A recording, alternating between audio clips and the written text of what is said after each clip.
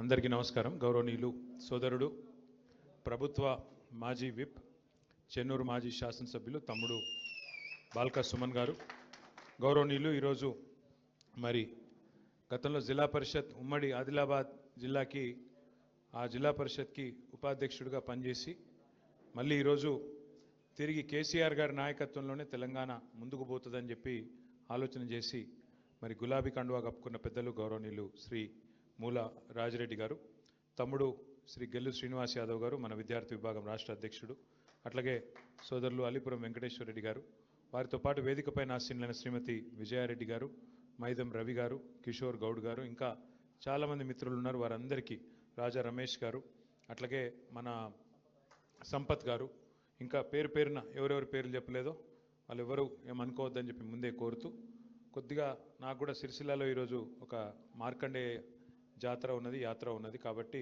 అక్కడ పోయేది ఉండే. నిజానికి ఇప్పుడు 4:30కే అక్కడ ఉండేది ఉండే, కానీ కేవలం చెన్నూరు మీద అట్లాగే తమ్ముడు సుమన్ మీద ఉన్న అభిమానంతోనే ఒక 2-2.5 గంటలు ఆలస్యమైన మరి మీకోసమే ఇక్కడ ఉన్నాను. అక్కడ నన్ను తిట్టుకుంటూ ఉంటారు ఇప్పుడు సిరిసిల్లలో, కాబట్టి ఎక్కువసేపు ఉండకపోతే ఏమనుకోవద్దని కోరుతూ, పెద్దగా చెప్పేదేం లేదు, కేవలం ఒక 4 విషయాలు. ఒకటి, మీకు తెలుసు అధికారం ఎవరికి శాశ్వతం కాదు. ఎప్పుడో ఒకప్పుడు అందరం అధికారం నుంచి జరగాల్సిందే, అలా తప్పేం లేదు. జీవితమే శాశ్వతం కాదు, ఈ అధికారం అనేది అందులో కొంత భాగం మాత్రమే. కాబట్టి మనం శాశ్వతమని ఎన్నడూ అనుకోలేదు. ఎన్నడూ 10 ఏళ్ళు పనిచేసినా కేసీఆర్ గారు ముఖ్యమంత్రిగా ప్రజలకు మంచి చేసే పని చేసిండు తప్ప చెడు చేసే పని మాత్రం కేసీఆర్ గారు చేయలేదు. ఇవాళ అందుకే ప్రజలు రాష్ట్ర వ్యాప్తంగా ఎక్కడైనా సరే, పల్లె అయినా పట్టణమైనా కేసీఆర్ గారిని గుర్తు చేసుకుంటూ ఉన్నారు. అయ్యో తప్పు జరిగిపోయింది, మోసపోయినాము, కాంగ్రెస్ చెప్పిన మోసపు మాటలు నమ్మినాము. ఇప్పుడు తమ్ముడు చదువుతూ ఉంటే నేను మనసులో నవ్వుకుంటా ఉన్నా. ఎందుకంటే వివేక్ గారు ఇప్పుడు మంత్రిగా ఉన్నారు, వారు చెప్పినారు చెన్నూరులో ఇక్కడ పరిశ్రమ పెట్టి 40-45 వేల మందికి ఉద్యోగాలు ఇస్తా అని చెప్పినాడు. ఇవాళ నేను చెప్తున్నా, రాసి పెట్టుకోండి, ఇంకో 3 ఏళ్ళు ఉంది కదా వివేక్ గారికి, 45,000 కాదు 400 ఉద్యోగాలు కూడా ఇవ్వడు. రాసి పెట్టుకోండి. మోసం ఎట్లుంటుందంటే ఒక అట్లుంటుంది. మోసం ఎట్లుంటుందంటే మనోళ్ళు నమ్మినరు, కేసీఆర్ ₹1,00,000 ఇస్తుండు కదా, నేను తులం బంగారం ఇస్తా అన్నాడు. దాని మీదకెళ్ళి మనోళ్ళు ఏమనుకున్నారు, నిజంగానే ఇస్తాడేమో అనుకున్నాడు. మేము చెప్పినాం, నేను కూడా చెన్నూరుకు వచ్చిన ప్రచారానికి, అమ్మ వీళ్ళు మెడల పుసలతాడు ఎత్తుకపోయే బ్యాచ్, వీళ్ళు బంగారం ఇయ్యరని చెప్పిన. అప్పుడు ఎందుకో ఆ మాయలో పడ్డరు. స్కూటీలు ఇస్తారట, తులం బంగారం ఇస్తారట, ముసలోళ్ళకి 2 ఇంట్లు ఉంటే 2కి పెన్షన్ ఇస్తారట, అది కూడా 4,000 ఇస్తారట, రైతులకు 15,000 ఇస్తారట, అవి కూడా 100 రోజులనే ఇస్తారట అని చెప్పి ఈస్ట్మన్ కలర్లో ఏదైతే సినిమా చూపెట్టినరో 100 రోజుల్లోనే 6 గ్యారంటీలు. అన్నిటికన్నా నవ్వొచ్చేది ఏంటంటే ఆయన ఉన్నాడు పెద్ద మనిషి, డిప్యూటీ సీఎం బట్టి విక్రమార్క గారు. ఆయన ఎంత అందంగా చెప్పిండంటే, ఎంత సిన్సియర్గా చెప్పిండంటే, మీరు చూడాలి ఆ వీడియో. ఇట్లా పట్టుకొని కార్డు పట్టుకొని, ఈ కార్డు చూడండి, జాగ్రత్తగా పెట్టుకోండి, ఒక 100 రోజులు జాగ్రత్తగా పెట్టుకుంటే దాని తర్వాత మీకు బ్రహ్మాండంగా ఈ స్కీమ్లో ఈ చాలా ముఖ్యమైన కార్డు ఇది, ఈ ముఖ్యమైన కార్డును మీరు జాగ్రత్తగా పెట్టుకోండి, 100 రోజులు అన్నీ చాలా అవుతాయి అని చెప్పి ఎంత బాగా చెప్పిండంటే, నిజంగా యాక్టింగ్ చూస్తే కమల్ హాసన్ కూడా అడ్డం పడాలి. గా లెవెలే చెప్పిండు, జాగ్రత్తగా పెట్టుకోండి అన్నాడు. మరి ఇప్పుడు ఎక్కడ పెట్టుకోవాలని అర్థమైతలేదు కార్డు ఎవలకు. 2 ఏళ్ళు అయిపోయాయి, ఏడ పెట్టుకోమంటారు కార్డు ఇప్పుడు? 6 గ్యారంటీలు, ఓ బాండ్లు, అఫిడవిట్లు, అన్ని కథలు చెప్పి, అడ్డగోలు మాటలు చెప్పి, పచ్చి అబద్ధాలు చెప్పి ఇలా గద్దెనెక్కిండ్రు. గద్దెనెక్కినాక నడపస్తలేదు, ఏం చేయాలనో అర్థమైతలేదు. వాళ్ళకి తెలిసింది ఒకటి, పదవులు కాపాడుకోవడానికి కాంగ్రెస్ వాళ్ళకి తెలిసింది ఏంటంటే ఢిల్లీకి సంచులు మోస్తారు అంతే. ఇక్కడున్న వాళ్ళకి ఏమి ఇయ్యరు, తెలంగాణ ప్రజలకు మన్ను కూడా ఇయ్యరు. కానీ ఢిల్లీకి మాత్రం ముఖ్యమంత్రి గారు 62 సార్లు వేయండు. ఇప్పటికీ 62 సార్లు ఎందుకు పోతాడు? మన కోసమో రాష్ట్రం కోసమో కాదు, పోయేది కేవలం సంచులు మోసుకుపోవాలి, జీ హుజూర్ అనాలి, సల్యూట్ కొట్టాలి, నా పోస్టు జర దండం పెడతా, ఇంకో 4 రోజులు ఉంచు, నీకింత నాకింత అని మాట్లాడుకోవాలి, ఆడ మూట పెట్టాలి, దండం పెట్టాలి, రావాలి, అమ్మాయి అనుకుంటా. ఇది ముందే చెప్పినాం. ఇది కూడా మనం ఢిల్లీ పార్టీలకు మన జుట్టిస్తే తెలంగాణ ఆగమవుతుంది, మన జుట్టు అలా చేతులు పెడితే తెలంగాణ ఆగమవుతుంది. కాంగ్రెస్ వాడైనా బీజేపీ అయినా, ఒకటి సంచులు మోసేటోడు, ఇంకోటి చెప్పులు మోసేటోడు, పెద్ద తేడా ఏం లేదు. ఒకళ్ళేమో సంచులు మోసే పార్టీ, ఇంకోటేమో చెప్పులు మోసే పార్టీ. అమిత్ షా రాగానే చెప్పులు ఎక్కడ ఇప్పుతారా అని తిరుగుతున్నాడు ఒక ఆయన వెనక. ఎవరో మీకు ఎరికన్నా నేను చెప్పా, ఎరికే కదా, ఎరికే కాకపోతే మరి సుమన్కి చెప్పి వీడియో పంపిస్తాం, మీకు చూసుకోరు. ఒకటేమో సంచులు మోసే పార్టీ, ఇంకొకటేమో చెప్పులు మోసే పార్టీ. ఇంకా ఎంత అందంగా చెప్తారంటే కాంగ్రెస్ వాళ్ళు ఎలక్షన్ల ముంగట, గ్యారంటీల గురించి చెప్తుంటే, స్కీముల గురించి చెప్తుంటే మనోళ్ళు అసలు ఎక్కడోళ్ళు అక్కడ మైమరిచిపోయినరు. బాబా ఎంత అందంగా చెప్తున్నారు. ఇన్ని వస్తాయా? విద్యా భరోసా కార్డు ఇస్తాం, మీ పిల్లగానికి ఇక ఫీజు రీయింబర్స్మెంట్ బాధనే లేదు, ఒక్కొక్కరికి 5 లక్షల కార్డు మీ చేతుల్లోనే ఉంటుంది, ఫీజు గురించి డోకలేదన్నారు. ఇలా ఫీజు రీయింబర్స్మెంటే 12,500 కోట్లు బాకీ పడ్డారు, కాలేజీలు మూతపడే పరిస్థితి వచ్చింది. ఈరోజు కథ అది, వాస్తవం ఇది.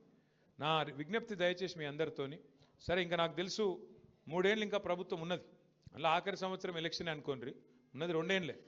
మరి ఇలా రాజిరెడ్డి గారు వారితో పాటు మీరందరూ కూడా నిర్ణయం తీసుకున్నారు, ఇక ఈ కాంగ్రెస్ పార్టీతో అయ్యేది లేదు పోయేది లేదు, ఊదు గాలది పీరి లేవది, వీళ్ళని నమ్ముకుంటే కుక్కతోక పట్టుకుని గోదావరి ఇదినట్టే, సప్పుడేక మళ్ళీ కేసీఆర్తో పోదామని చెప్పి మీరందరూ వచ్చినారు. మీ అందరికీ స్వాగతం సుస్వాగతం. అయితే ఒక్క ముఖ్యమైన మాట, మీరు కోల్ బెల్ట్ నుంచి వచ్చిండ్రు, కోల్ బెల్ట్ నుంచి వచ్చిన మీకు ఈ విషయం ముఖ్యంగా చెప్పాలి. కాంగ్రెస్ వాళ్ళు ఎలక్షన్ల ముందేమో స్కీములు అన్నారు, ఇలా చేస్తున్నది మాత్రం మొత్తం స్కాములే. ఆ స్కామ్లో నిన్న పెద్ద స్కామ్ బయటపడ్డది, మీరు చూసే ఉంటారు. సింగరేణిలో ఇదివరకెన్నడూ లేనంత పెద్ద ఎత్తున దోపిడీ జరుగుతూ ఉన్నది. కేసీఆర్ గారు ఉన్నప్పుడు సింగరేణిని లాభాల బాట పట్టించి నష్టాల నుంచి గట్టెక్కించి కార్మికులను కడుపులో పెట్టుకొని కార్మికులకు 10 హామీలు ఇస్తే 9 హామీలు నిలబెట్టుకున్నాం, 90% మనం వారికి పూర్తి చేసి కార్మికుల కడుపు నింపే ప్రయత్నం మనం చేసినాం. కానీ వీళ్ళు ఏం చేస్తున్నారండి, సింగరేణిలో కొత్త నిబంధనలు. గతంలో మన ప్రభుత్వం ఉన్నప్పుడు 9.5 ఏళ్ళు సింగరేణిలో ఏదైనా టెండర్ వస్తే ఎవరన్నా రావచ్చు, ఎక్కడి నుంచి దేశంలో ఎక్కడి నుంచైనా రావచ్చు, టెండర్ వేసుకోవచ్చు, అక్కడ కోట్ చేసిన అమౌంట్ ఏదైతే ఉంటుందో దానికంటే తక్కువకే పోయింది. 100 రూపాయలు అంటే 80 రూపాయలకే నేను చేస్తా అని చెప్పి పోటీలు పడ్డారు. వచ్చిన వాళ్ళు పోటీలు పడి మైనస్ టెండర్లు వేసి ఆ రోజు పనిచేసిండ్రు. కానీ కాంగ్రెస్ రాగానే ఒక కొత్త నిబంధన పెట్టిండ్రు, ఏమని, సైట్ విజిట్ సర్టిఫికేట్ అట. అంటే ఏమిటిది, ఇప్పుడు నువ్వు ఉదాహరణకు నువ్వు చెన్నూరులో ఉన్నావు, ఇక్కడెక్కడో మహబూబ్ నగర్లో ఒక పని పడ్డది, నిజానికైతే ఏంది, 1,00,000 రూపాయలు దాటితే ఏ టెండర్ అయినా కూడా ఈ టెండర్ ఎలక్ట్రానిక్ టెండర్, అంటే ఎక్కడ కూర్చున్న వాళ్ళైనా ఎక్కడైనా టెండర్ వేసుకోవచ్చు. వాస్తవానికి చిన్న కాంట్రాక్టర్ అయినా పెద్ద కాంట్రాక్టర్ అయినా ఎక్కడున్నాడైనా కంప్యూటర్లో కోవడే కొట్టుడే, గీడ పని ఉన్నదంటే ఈ రేటుకు నేను చేస్తాను కొట్టుడే. కానీ సింగరేణిలో కాంగ్రెస్ రాగానే కొత్త నిబంధన పెట్టిండ్రు, ఏమని, నువ్వు మా దగ్గర బొగ్గుబాయిలో మా చెన్నూరులో మా మందమరిలో పనిచేయాలనుకో, నువ్వు రావాలి, మొదలు వచ్చి మమ్మల్ని కలవాలి, కలిసి సైట్ చూడాలి, చూసినట్టు నేను సర్టిఫికేట్ నీకు ఇవ్వాలి, ఇస్తేనే నువ్వు టెండర్లో పాల్గొనొచ్చు అని కాళ్ళల్లో కట్టబెట్టే స్కీమ్ పెట్టిరు.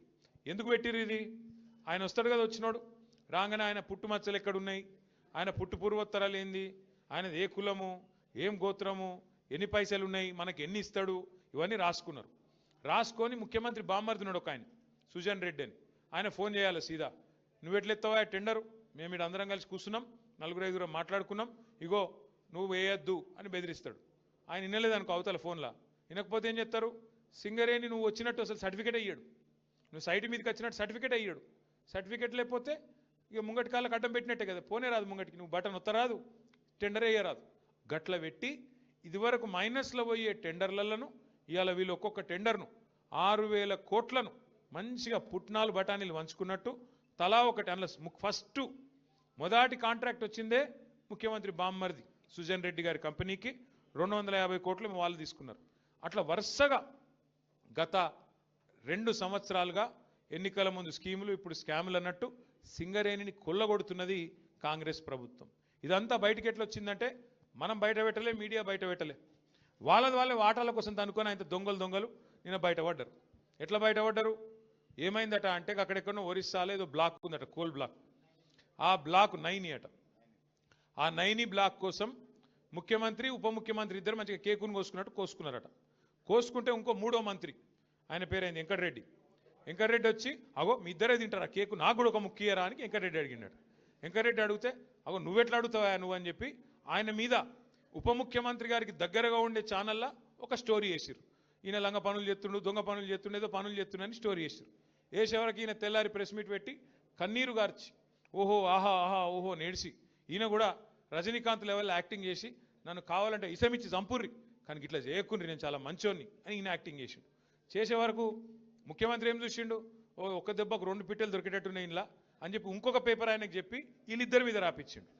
రాపిచ్చే వరకు ఉప ముఖ్యమంత్రికి మండింది, అగో ఇట్లా చేస్తారు నన్ను, ఇంత మాట అంటావా, నన్ను నేను దోపిడీ చేస్తా అంటున్నావా, నువ్వు దోసుకుంటుందంతా నువ్వు నీ కుటుంబం నీ అన్నదమ్ములు మమ్మల్ని అంటావా అని చెప్పి ఆయన ఉప ముఖ్యమంత్రి తెల్లారి రద్దు చేసి పారేసి.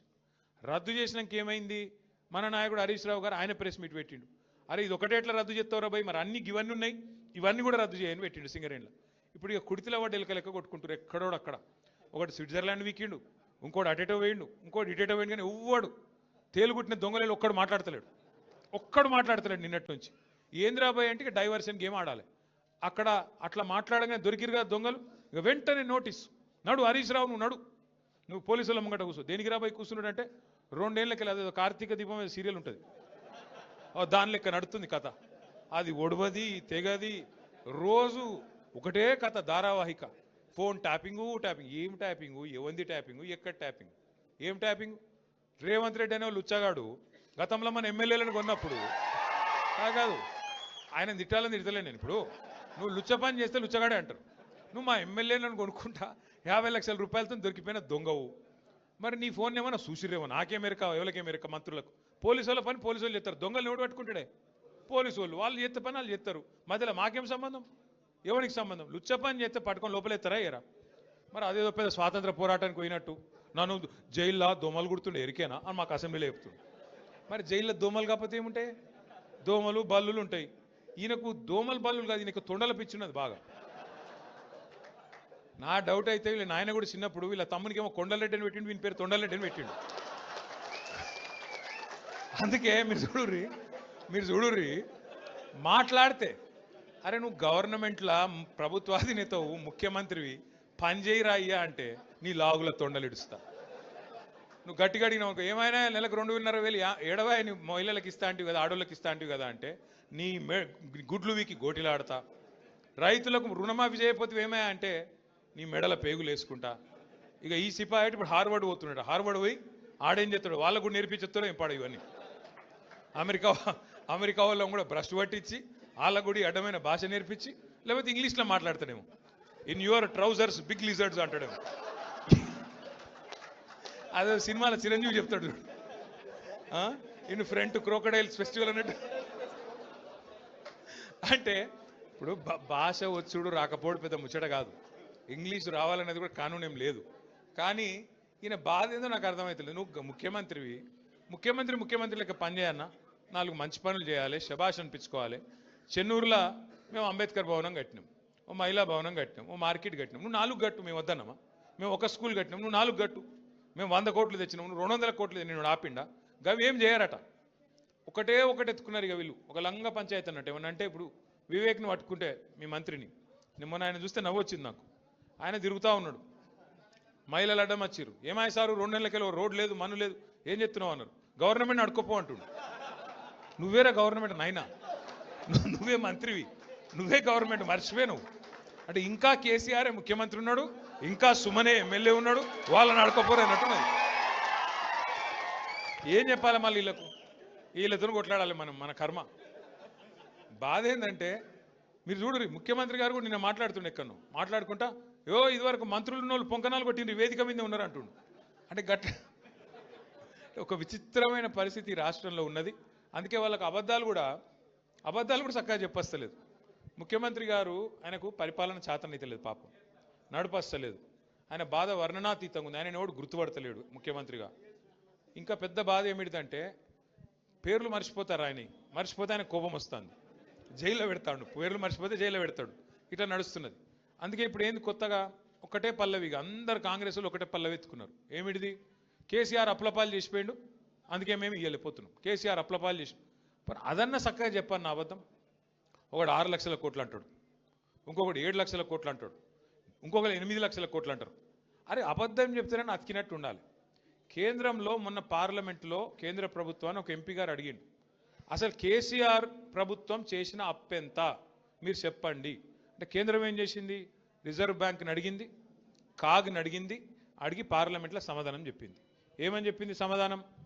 కేసీఆర్ పదవీ బాధ్యతలు తీసుకున్న నాడు 2014 జూన్ 2 నాడు ఈ రాష్ట్రం ఆనాడు పుట్టిన నాడు అప్పు ఎంతుండే అంటే 72,000 కోట్ల అప్పు ఉండే. ఇది కేంద్ర ప్రభుత్వం చెప్పిన లెక్క, నాది కాదు. కేసీఆర్ దిగిపోయిన నాడు 2023 డిసెంబర్ 3 నాడు కేసీఆర్ గారు దిగిపోయిన నాడు రాష్ట్రం నెత్తి మీద ఉన్న అప్పు 3,50,000 కోట్లు. 3,50,000 కోట్లల్లా ఆ 72,000 కోట్లు విరాసత్కు వచ్చింది మనకు. దాన్ని తీసేస్తే ఎంత, 2,80,000 కోట్లు. కేసీఆర్ 10 ఏళ్లలో చేసిన అప్పు 2,80,000 కోట్లు చేసిండు. మరి ఏం చేసిండు కేసీఆర్ అప్పు చేసి? ఏం చేసిండు అంటే రైతులకు కాంగ్రెస్ వాళ్ళు 60 ఏళ్ళు కరెంట్ ఇయ్యక సావగొడితే 6 నెలల్లోనే 24 గంటల కరెంట్ ఇచ్చిండు కేసీఆర్. ఫ్రీ కరెంట్ ఇచ్చిండు. ఆ ఒక్క ఫ్రీ కరెంట్కే 10 ఏళ్లలో మనం ఖర్చు పెట్టిన మొత్తం 50,000 కోట్లు. సంవత్సరానికి 5-6 వేల కోట్ల చొప్పున మొత్తం 10 ఏళ్లలో 50,000 కోట్లు ఖర్చు పెట్టిండు కేసీఆర్ గారు. రెండవది, ఇవాళ వర్షాకాలం అంటారు సార్, నాట్లేసే కాలం, సంక్రాంతి దాటిపోయింది. కేసీఆర్ ఉన్నప్పుడు డిసెంబర్ 28 దాటలే ఎన్నాడు. మీ ఫోన్లు ఎవరిని అడిగే అవసరం లేదు, దరఖాస్తు పెట్టుడు లేదు, దండం పెట్టుడు లేదు.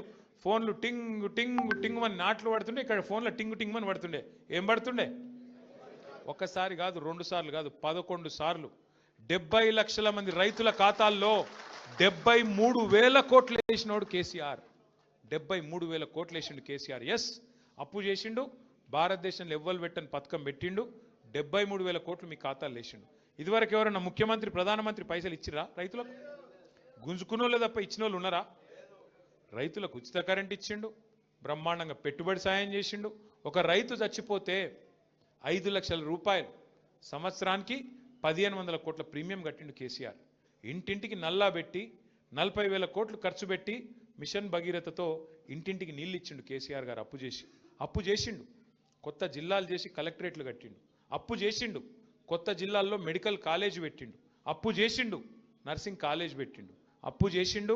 1022 గురుకుల పాఠశాలలు పెట్టిండు. అప్పు చేసిండు. మీ జైపూర్లో విద్యుత్ కేంద్రం కట్టిండు. అప్పు చేసిండు కేసీఆర్. కానీ తెలంగాణకు సంపద సృష్టించిండు, మీ భూముల విలువ పెంచిండు. చెన్నూరులో మీరు గుండె మీద చేసుకొని చెప్పండి, కేసీఆర్ రాకముందు భూముల విలువ ఎంతుండే? కేసీఆర్ వచ్చినాక భూముల విలువ 2023 నాటికి డబల్ అయిందా, ట్రిపుల్ అయిందా, ఎన్ని రెట్లు అయింది? ఒకసారి గుర్తు చేసుకోండి. రాష్ట్రం సంపద పెంచిండు కేసీఆర్. ఎంతసేపు అప్పు చేసిండు. అప్పు 2,80,000 కోట్ల అప్పు చేసిండు. కానీ కేసీఆర్ ఇవన్నీ చేసిండు. మరి నువ్వేం చేసినావు? 2 ఏళ్ళ నువ్వు కూడా 2.5 కోట్ల అప్పు చేసినావు. 2.5 కోట్ల లక్షల అప్పు చేసినావు. 2,50,000 కోట్ల అప్పు చేసినావు. ఏం చేసినావు చూపెడతావా? రైతు బంధు ఇచ్చినవా? పెన్షన్ పెంచినవా? తులం బంగారం ఇచ్చినవా? మహిళలకు 2,500 ఇచ్చినవా? స్కూటీలు ఇచ్చినవా? 6 గ్యారంటీలు ఏమైనా అమలు చేసినవా? ఏమనంటే ఫ్రీ బస్ అంటాడు. అది ఫ్రీ బస్ ఎట్లయితుందో నాకు ఇంకా అర్థం కాదు. ఆడోళ్ళకి ఫ్రీ అట, మగోళ్ళకి డబుల్ అట. అదేం ఫ్రీయే? ఆడోళ్ళకి ఫ్రీ అట, మగోళ్ళకి డబుల్ టికెట్ అట. ఇదేం ఫ్రీ? మళ్ళీ పిల్లగాళ్ళకు బస్ పాస్ 25% పెంచిండు. ఫ్రీ ఎట్లయితుంది? ఆలోచన చేయుర్రి మీరు కూడా. దయచేసి నేను మిమ్మల్ని కోరేది, మీరు ఒక మాట, నేను నిజం చెప్పాలి, ఒక్క మాట సత్యం చెప్పాలి. మీరు అందరు చెప్తారా? ఎలక్షన్ల ముందు అందరూ రాష్ట్రంలో ఏమనుకుర్రంటే, పోతే మా ఎమ్మెల్యే పోతాడేమో కానీ కేసీఆర్ ముఖ్యమంత్రి ఉంటాడు కదా అనుకుర్రా? చెన్నూరు వాళ్ళు కూడా అట్లే అనుకున్నారు కానీ అనుకోకపోతే ఎందుకు ఓడిపోతాం మరి? అనుకున్నారు గట్లే అనుకున్నారు కానీ కేసీఆర్ ఉంటాడు కదా అనుకున్నారు. అట్లనే చాలా మంది అనుకున్నారు. పక్కన బెల్లంపల్లి అట్లే అనుకున్నారు, యువతల మంచిర్యాల వాళ్ళు అట్లే అనుకున్నారు, ఆ పక్కన కాగజ్నగర్ రోడ్ కూడా అట్లే అనుకున్నాడు. ఆయనతో వీకింది. అందుకే ఈసారి నా ప్రార్థన మీ అందరితోని ఒకటి యాద పెట్టుకోండి. మీరు చిన్న లాజిక్ మిస్ అయినరు. ఆడ మీ ఎమ్మెల్యే లేకపోతే పైన కేసీఆర్ ఎట్లుంటాడు? ఎమ్మెల్యేలతోనే కదా ముఖ్యమంత్రి అయ్యేది. కాంగ్రెస్ వాళ్ళు గదే చూసి సుమన్ మీద ఏదో చెప్తుండని, ఇంకోళ్ళ మీద ఇంకేదో చెప్తురని లేనిపోని ఆరోపణలు, అడ్డగోలు కథలు చెప్పి మొత్తానికి అబద్ధాలు, మోసాలు, ఇష్టం వచ్చిన హామీలు ఇచ్చి ఇవాళ మనను పక్కన పెట్టి కొంతమంది అందలం ఎక్కిరు. పర్వాలేదు, తప్పేం లేదు. ప్రజాస్వామ్యంలో ఎవరికి అధికారం శాశ్వతం కాదు. ఇలా వాళ్ళకి అవకాశం వచ్చింది చేయమని. కానీ ఖచ్చితంగా ఒకటి మాత్రం గుర్తుపెట్టుకోండి, మళ్ళీ తిరిగి కేసీఆర్ రావాలి, ముఖ్యమంత్రి కావాలి అనుకుంటే, అనే ఆలోచన మీకుంటే ఈసారి మళ్ళీ మీరు కోడిగుడ్డు మీద ఇక గురి. ఎందుకు? కేసీఆర్ గారు కారు గుర్తు మీద ఎవరిని పంపినా, రేపు కేతన్పల్లిలో ఎవరిని పంపినా, చెన్నూరులో మున్సిపాలిటీలు ఎవరిని పంపినా, రేపు చెన్నూరు అసెంబ్లీకి ఎవరిని పంపినా మీరు ఒకటే యాద పెట్టుకోరు, ఈ ఓటు కేసీఆర్కి వేస్తున్నా అనుకోవాలి తప్ప అక్కడ నిలబడ్డ ఆయన గురించి ఆలోచన చేయకూరు. ఎందుకంటే మీరు మళ్ళీ ఒక్కసారి ఈ నిలబడ్డ ఆయన చక్కగున్నాడా, పొడుగున్నాడా, పొట్టిగున్నాడా, ఈయన నల్లగున్నాడా, తెల్లగున్నాడా, ఈయన గిట్లనా గట్లనా అని మీరు ఎక్కువ తక్కువ లెక్కలు పెట్టకూరు. పెడితే మళ్ళీ ఇదే నష్టం అవుతుంది. ఎందుకంటే ఏమైనా సరే కేసీఆర్ గారు ఆలోచించి నిర్ణయం తీసుకుంటాడు. అక్కడ నిలబడ్డ వ్యక్తి కారు గుర్తు మీద వచ్చిందంటే కేసీఆర్ పంపించిండు, ఈ ఓటు కేసీఆర్కి వేస్తున్నా అనుకోవాలి, కళ్ళు మూసుకోవాలి, ఒత్తాలి. అంతేగాని ఇక మనం ఆగం కావద్దు. మళ్ళీ ఆగమైతే మళ్ళీ ఇదే మోసం అవుతుంది. మళ్ళీ ఎవరో వస్తారు, ఏదో చెప్తారు, నేను ఇది ఇస్తా అంటారు, అది ఇస్తా అంటారు, కడుపులో తల పెడతారు, కాళ్ళు పట్టుకుంటారు, అమ్మ అంటారు, అక్క అంటారు, అయ్య అంటారు, అల్లుడు అంటారు, బామ్మరిది అంటారు, కొత్త వరుసలు కలుపుతారు, ఆగమాగం చెప్తారు, మళ్ళా గందరగోళం అవుతుంది. తప్పకుండా 2-2.5 ఏళ్లలో రాబోయే రోజుల్లో ఇది నాకు తెలిసినంత వరకు దీని తర్వాత ఎలక్షన్లు ఉండయి. మున్సిపాలిటీ తర్వాత జిల్లా పరిషత్ ఉంటుందని నేను అనుకోను. ఎందుకంటే ముఖ్యమంత్రి రేవంత్ రెడ్డి పగ పట్టిండు. ఆయన మంచిర్యాల జిల్లా ఖచ్చితంగా ఎత్తేస్తాడు, మీరు యాద పెట్టుకోండి. మంచిర్యాల జిల్లా ఎత్తేస్తాడు, ఆసిఫాబాద్ ఎత్తేస్తాడు, నిర్మల్ జిల్లా కూడా ఎత్తేస్తాడు. ఆయన ఆల్రెడీ చెప్తున్నాడు, కొత్త జిల్లాలు తప్పు చేసిండ్రు, నేను తీసి పారేస్తా అని చెప్తున్నాడు. కాబట్టి మరి మీరు కూడా ఆలోచన చేసుకోవాలి. ఇదివరకు మీరు అందరూ ఆదిలాబాద్ పోయే పని ఉంటుండే చెన్నూరు వాళ్ళు. ఎంత దూరం మీకు ఆదిలాబాదు? 200 కిలోమీటర్. ఇప్పుడు మంచిర్యాల ఎంత దూరం? 30 కిలోమీటర్లు, 20 కిలోమీటర్లు. మరి మీరు ఆలోచన చేసుకోండి. మీరు మళ్ళొక్కసారి కాంగ్రెస్ కోటేసి 200 కిలోమీటర్లు పోతారా, లేదా ఇప్పుడు మంచిగా కొత్తగా మంచిర్యాల షాందార్గా కొన్ని రాష్ట్రాలలో సెక్రటేరియట్లు కూడా ఉండే, అట్లా అంత బ్రహ్మాండంగా కలెక్టరేట్ కట్టించిన కేసీఆర్ గారు కోటేస్తారా? మీరే నిర్ణయం తీసుకోండి. క్యాతన్పల్లి, చెన్నూరు, మంచిర్యాల, లక్షెట్టిపేట, బెల్లంపల్లిలో ఆలోచన చేసుకోవాలి. మున్సిపాలిటీలు మా మంచిర్యాల జిల్లా ఉండన్నా పోవన్నా ఆలోచన చేసుకోండి. రేవంత్ రెడ్డి పగబట్టిండు, కేసీఆర్ ఆనవాళ్ళు లేకుండా చేస్తా, నేను కంపల్సరీ ఈ జిల్లాలను మార్చేస్తా అంటున్నాడు. మరి మీరు ఆలోచన చేసుకోండి. మీ దగ్గరికి కేసీఆర్ కలెక్టర్లను తీసుకొచ్చి కూర్చోబెట్టిండు, మీ దగ్గరికి ఎస్పీలను తీసుకొచ్చి కూర్చోబెట్టిండు, జిల్లా అధికారులను తీసుకొచ్చి కూర్చోబెట్టిండు. మరి వాళ్ళని ఉంచుకుంటారా, ఊడగొట్టుకుంటారా? మీ ఇష్టం. ఎందుకంటే మీకోసం కేసీఆర్ గారు ఇవన్నీ చేస్తే, కాదు మాకు మళ్ళీ గాల్లే కావాలి, మేము 200 కిలోమీటర్ పోతాం, ఆడవై తిరుగుతాం అనుకుంటే అది ప్రజల చేతుల్లో, ప్రజాస్వామ్యంలో మీరే బాసులు, మేమందరం మీ సేవకులం. కాబట్టి మీరే నిర్ణయం తీసుకోవాలని ప్రజలకు కూడా మనం అపీల్ చేయాలి. అట్లాగే ఈ మున్సిపల్ ఎన్నికల్లో కూడా ఖచ్చితంగా మనం ఒక మాట చెప్పాలి. మనం ఉన్నప్పుడు ఏం పని చేసినాం, ఇవాళ ఈ 2 ఏళ్ళలో ఏం పని అయింది? దోమల మందు కొట్టేటోడు లేడు, వాస్తవంగా చెప్పానంటే. ఆఖరికి పెద్ద పెద్ద పనులు ఇచ్చిపెట్టుర్రి, దోమల మందు కొట్టేటోడే దిక్కులేడు. ఇవాళ బుగ్గలు ఎలుగుతలేవు ఊళ్ళల్లో, పట్టణాలలో కానీ పల్లెల్లో కానీ బుగ్గలు మార్చేటోడు దిక్కులేడు. అట్లాంటి పరిస్థితి వచ్చింది ఇవాళ కాంగ్రెస్ వచ్చినాక. కాబట్టి దయచేసి మీ అందరినీ కోరేది, ముఖ్యంగా ఇక్కడ నుంచి గ్రామాల నుంచి వచ్చేసిన సోదరులు కూడా ఉన్నారు, మున్సిపాలిటీ నుంచి వచ్చిన సోదరులు కూడా ఉన్నారు, పట్టణాల నుంచి. మీతో నా ప్రార్థన, గ్రామాల సోదరులు ఎవరైతే మన పంచాయతీ ఎన్నికల్లో బాగా కొట్లాడినరో వారికి అభినందనలు చెప్తూ, వారందరూ కూడా తప్పు వేసుకుంటారు. మిమ్మల్ని అందరినీ వార్డుల వారీగా, డివిజన్ల వారీగా వేసుకుంటారు. వారి నాయకత్వంలో మీరందరూ కూడా ఎక్కడి వారు అక్కడ, మా ఎలక్షన్ అయిపోయింది అన్నట్టు కాకుండా మీరు కూడా కొద్దిగా ఎఫర్ట్ పెట్టాలని చెప్పి కూడా కోరుతూ, మళ్ళొక్కసారి మీ అందరికీ నా రిక్వెస్ట్, రాజన్నకు ప్రత్యేకంగా జర ఆగమాగం మురుకుతున్నాయి అనుకోకున్నాను, ఎందుకంటే నాకు పోయే వరకు ఇంకా 7 అవుతుంది, ఆడ ఇప్పటికే ర్యాలీ స్టార్ట్ అయింది. కాబట్టి మీరు అందరు పర్మిషన్ ఇవ్వాలని కోరుతూ, మరి మీరు కూడా ఇంకా బువ్వ తినలేదు నాకు తెలుసు, 4:30 అవుతుంది, జర అందరూ భోజనం చేసిరా, అందరికి భోజనాలు కూడా ఏర్పాటు చేసినారు. మళ్ళొకసారి పేరు పేరున అందరికి నమస్కారం. జై తెలంగాణ.